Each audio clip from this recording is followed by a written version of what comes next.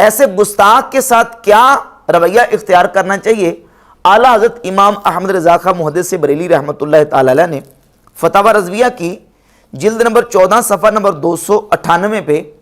ایک گستاخ کا حکم بیان کرتے ہوئے، جس نے نبی پاک صلی اللہ علیہ وسلم کی شان اقدس میں توہین اور گستاخی کی، اس کا حکم بیان کرتے ہوئے لکھا ہے کہ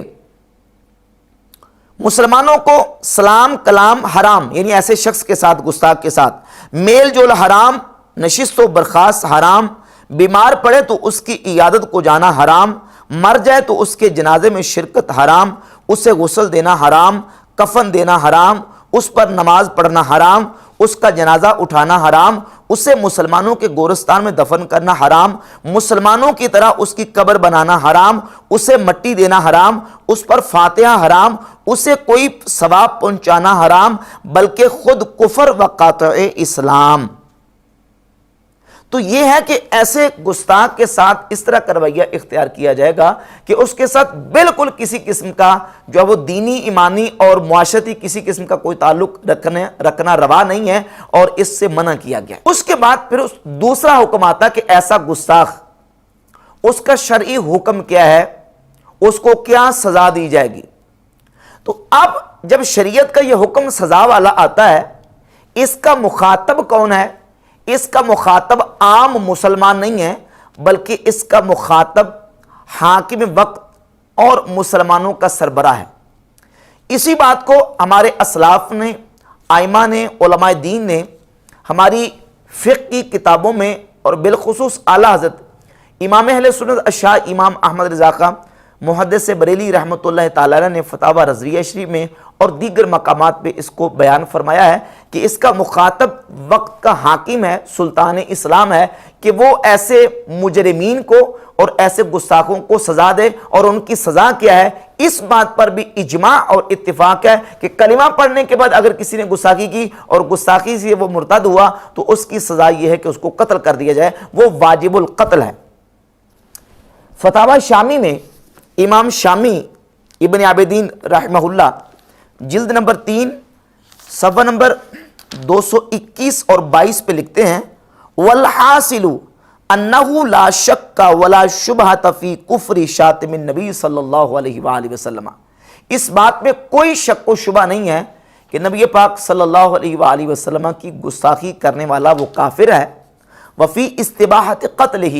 اور اس کے قتل کے مباح ہونے میں بھی کوئی شک و شبہ نہیں ہے، وہ واجب القتل ہے، اس کا قتل کرنا مباح ہے۔ وَهُوَ الْمَنْقُولُ عَنِ الْآئِمَةِ الْأَرْبَعَ، اور یہی آئمہ اربع، امام اعظم ابو حنیفہ، امام شافعی، امام مالک اور امام احمد بن حنبل رحمۃ اللہ تعالی علیہم سے منقول ہے، یعنی تمام آئمہ اربعہ سے یہ منقول ہے کہ وہ کافر ہے، واجب القتل ہے، اور اس پر امت کا اجماع ہے۔ انما الخلاف فی قبول توبتہ اذا اسلم، اختلاف اس میں ہے کہ اگر وہ اسلام لے آتا ہے دوبارہ تو اس کی توبہ قبول ہوگی یا نہیں۔ تو کہتے ہیں فعندنا وهو المشہور عند الشافعیہ القبول، یعنی ہمارے نزدیک، یعنی احناف کے نزدیک اور امام شافعی رحمۃ اللہ تعالی علیہ کے نزدیک مشہور مذہب یہ ہے کہ اس کی توبہ قبول ہوگی۔ وعند المالکیہ والحنابلہ عدمہ، اور مالکیہ اور حنابلہ کے ہاں اس کی توبہ قبول نہیں ہے۔ تو یہ حکم ہے اس کا کہ وہ واجب القتل ہے گستاخی کی بنیاد پہ اگر وہ مرتد ہوا۔ اور جہاں تک تعلق ہے اس کا کہ جو پہلے کلمہ ہی نہیں پڑھتا تھا، کافر تھا، اور اس کافر نے اعلانیہ طور پر رسول اللہ صلی اللہ علیہ وآلہ وسلم کی شان اقدس میں گستاخی کا ارتکاب کیا، تو فتاوی شامی کی جلد نمبر 3 صفحہ نمبر 304 پہ امام ابن عابدین شامی رحمہ اللہ فرماتے ہیں کہ فلو اعلن بشتمہ، اگر اس نے رسول اللہ صلی اللہ علیہ وسلم کی اعلانیہ طور پہ گستاخی کی، اب اعتادہ قتل، اور یا یہ ہے کہ اس نے اس کو عادت بنا لیا، بار بار گستاخی کرتا ہے، اس کو قتل کر دیا جائے گا۔ ولا بمرہ، اگرچہ وہ عورت ہی کیوں نہ ہو، وبہی یفتى اليوم، اور آج اسی پر فتویٰ ہے کہ عورت بھی ہوگی تو مفتى بہ قول یہی ہے کہ اس کو قتل کیا جائے گا، وہ واجب القتل ہے، حاکم وقت اس کو قتل کروا دے گا۔ اب یہ جو گستاخ کے یا مرتد کے قتل کے احکام ہیں، اس کا تعلق شریعت اسلامیہ کے احکامات کو نافذ کرنے کے ساتھ جن مسائل کا تعلق ہے، اس کا مخاطب وقت کا حاکم ہے، قاضی ہے اور سلطان اسلام ہے۔ امام اہل سنت اشاع امام احمد رضا خان محدث بریلی رحمۃ اللہ تعالی علیہ نے اپنی کتاب فتاوی رضویہ میں اور حسام الحرمین میں چند مقامات پہ اس بات کو بیان کیا۔ اس سے پہلے قرآن مجید کی ایک آیہ مبارکہ اور رسول اللہ صلی اللہ علیہ وآلہ وسلم کی چند احادیث میں آپ کے سامنے رکھوں گا، جس سے یہ بات بالکل واضح ہو جاتی ہے کہ جو قتل کرنے کے احکام ہیں یا حدود الہیہ کو نافذ کرنے کے احکام ہیں، اس کا مخاطب عام مسلمان نہیں ہے، بلکہ اس کا مخاطب وقت کا حاکم ہے، سلطان اسلام ہے۔ صحیح بخاری میں 3017 نمبر اور 6922 نمبر حدیث ہے، نبی پاک صلی اللہ علیہ وآلہ وسلم نے ارشاد فرمایا، من بدل دینہ فقتلوہ، جو اپنے دین کو بدل دے اس کو قتل کر دو۔ یعنی جو مرتد ہو جاتا ہے، تو کوئی شخص جو مرتد ہو گیا، اس نے اپنے دین کو بدل دیا، اس کو کاٹ کے رکھ دو، اس کو قتل کر دو۔ اور صحیح بخاری ہی میں 6930 نمبر حدیث ہے، خوارج کے بارے میں رسول اللہ صلی اللہ علیہ وآلہ وسلم نے خوارج کی علامات اور ان کی نشانیاں بیان فرمائیں، اور پھر ان کا حکم بیان کیا کہ اینما لقیتموہم فقتلوہم، جہاں بھی تم خوارج کو پاؤ تم ان کو قتل کر دو، ان کو کاٹ کے رکھ دو۔ اور صحیح مسلم میں 4796 نمبر حدیث ہے، رسول اللہ صلی اللہ علیہ وآلہ وسلم نے فرمایا، فمن اراد ان یفرق امر هذه الامه وهي جميع، جب مسلمان ایک جگہ پہ جمع ہوں،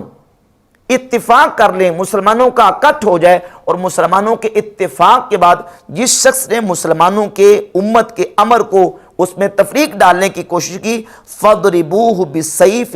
کائنا من کانا، وہ چاہے جو بھی ہو اس کو کاٹ کے رکھ دو، اس کو تلوار کے ساتھ قتل کر دو۔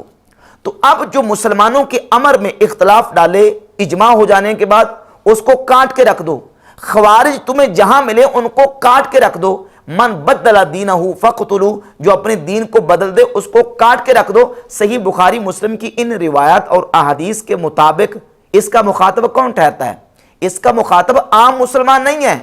اس کا مخاطب حاکم اسلام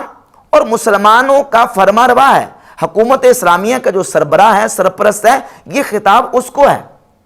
اسی طرح قرآن مجید کی سورۃ البقرہ کی آیت نمبر 191 میں اللہ رب العزت فرماتا ہے، وَقْتُلُوهُمْ حَيْثُ ثَقِفْتُمُوهُمْ، جہاں بھی تم مشرکین کو پاؤ ان کو قتل کر ڈالو، مشرکین کو قتل کر ڈالو جہاں بھی تم ان کو پاؤ۔ اس خطاب کا مخاطب بھی نہ تو ہر وقت کا یہ خطاب ہے اور نہ ہی اس کا مخاطب ہر شخص ہے، بلکہ یہ اس ایک خاص تناظر میں، خاص موقع پر، خاص لوگوں کے لیے اللہ رب العزت نے مسلمانوں کو یہ حکم ارشاد فرمایا۔ اسی بات کو اعلیٰ حضرت امام اہل سنت اشاع امام احمد رضا خان محدث بریلی رحمۃ اللہ تعالی علیہ نے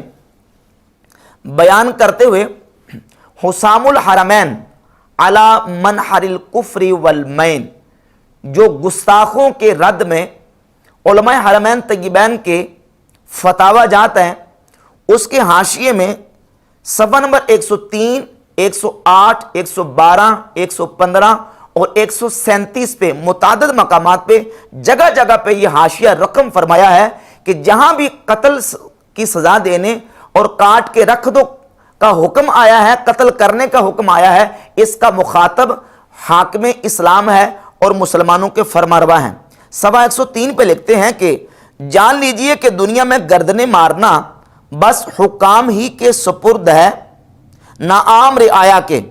جس طرح آخرت میں عذاب دینا صرف ذوالجلال والاکرام کے ہاتھ ہے، اور لوگ جو سلاطین و حکام کے سوا ہیں ان کا فرض فقط زبان سے اور بیان سے جھڑکنا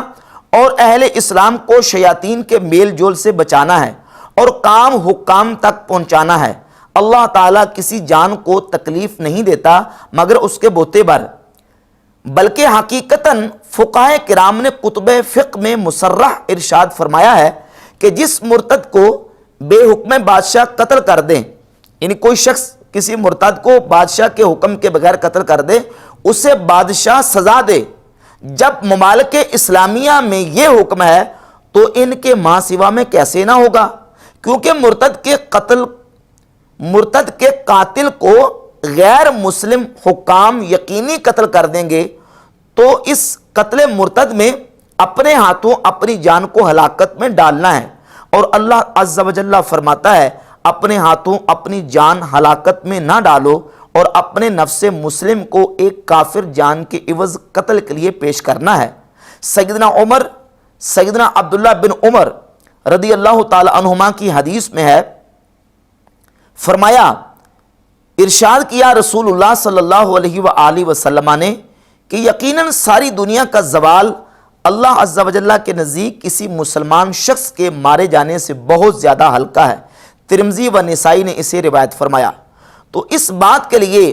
آپ خوب ہوشیار رہیے کہ جہاں کہیں اس رسالہ میں یہ احکام واقع ہوئے ہیں، خاص بادشاہان زمانہ و حکام ہی کے لیے ہیں، چنانچہ انہی تقاریض میں چند علماء کرام نے اس کی تصریح فرما دی ہے۔ تو امام اہل سنت رحمۃ اللہ تعالی نے جگہ جگہ پہ اس بات کو بیان فرما دیا۔ صفحہ نمبر 108 میں بھی حاشیہ لکھا ہے کہ یہ خاص سلطان اسلام کا کام ہے، نہ دوسرے کا، جیسا کہ ابھی اس کی تصریح گزری۔ اس طرح کئی مقامات پہ اعلیٰ حضرت امام اہل سنت رحمۃ اللہ تعالی نے اس بات کو بیان کیا کہ جہاں قتل کر دینے کا حکم ہے وہ بادشاہ اسلام کو، سلطان اسلام کو ہے، عام رعایا اور عام مسلمانوں کو اس کا حکم نہیں ہے۔ اور پھر گستاخ رسول کے حوالے سے یہ باتیں بھی میں چند عبارات اعلیٰ حضرت امام اہل سنت رحمۃ اللہ علیہ کی پیش کرنا ضروری سمجھتا ہوں، تاکہ ہمارے ائمہ مذہب کا جو نظریہ اور موقف ہے وہ بالکل واضح ہو کے سامنے آ جائے۔ جہاں تک گستاخ رسول کی بات ہے، گستاخ رسول کے بارے میں اہل سنت، امام اہل سنت امام احمد رضا بریلوی رحمۃ اللہ کا ماننے والا، اس کے دل میں قطعاً کوئی نرم رویہ اور نرم گوشہ پیدا نہیں ہو سکتا۔ ہاں جب کسی گستاخ کو سزا دینے کی بات آئے گی اور اس کے بارے میں حکم شرعی کی بات آئے گی تو وہ ہم لیں گے جو ہمارے ائمہ دین نے قرآن و حدیث کا نچوڑ اپنی کتابوں میں لکھا ہے اس سے۔ تو امام اہل سنت رحمۃ اللہ فتاوی رضویہ کی جلد نمبر 15 صفحہ نمبر 152 پہ تحریر فرماتے ہیں کہ ہمارے ائمہ مذہب سے مراد یعنی امام اعظم ابو حنیفہ، امام ابو یوسف، امام محمد بن حسن شیبانی، امام ابو جعفر الطحاوی رحمہ اللہ، فرماتے ہیں ہمارے ائمہ مذہب رضی اللہ عنہم کے نزدیک صاب یعنی گستاخ رسول مرتد ہے، اور اس کے سب احکام مثل مرتد اگر توبہ کریں تقبلوا ولا یقتلوا، قبول کریں گے اور قتل نہ کریں گے، کما حققناہ بتوفیق اللہ تعالی فی فتاوانا، جس طرح کہ ہم نے اپنے فتاوا میں اللہ کی توفیق سے اس کی تحقیق کر دی ہے۔ اور اس کے علاوہ امام قاضی ابو یوسف رحمہ اللہ اپنی کتاب الخراج صفحہ نمبر 482 پہ لکھتے ہیں، قال ابو یوسف وَأَيُّمَا رَجُلٍ مُسْلِمٍ سَبَّ رسول اللہ صلی اللہ علیہ وآلہ وسلم او کذبہ او عابہ او تنقصہ، جو مسلمان مرد رسول اللہ صلی اللہ علیہ وآلہ وسلم کو سب کرے یعنی حضور کی گستاخی کرے، یا آپ کی تکذیب کرے، یا آپ میں کوئی عیب نکالے، یا کسی طرح بھی تنقیص کرے، اس نے اللہ سے کفر کر دیا اور اس کی بیوی اس سے جدا ہو گئی، اگر وہ توبہ کر لے تو خیر، ورنہ اسے قتل کر دیا جائے گا۔ تو حکم شریعت یہ ہے کہ گستاخ واجب القتل ہے اگر وہ توبہ نہیں کرتا، اور اگر وہ توبہ کرتا ہے تو اس کا حکم اعلیٰ حضرت رحمۃ اللہ علیہ نے فتاوی رضویہ کی جلد 15 صفحہ نمبر 152 پہ بیان کر دیا۔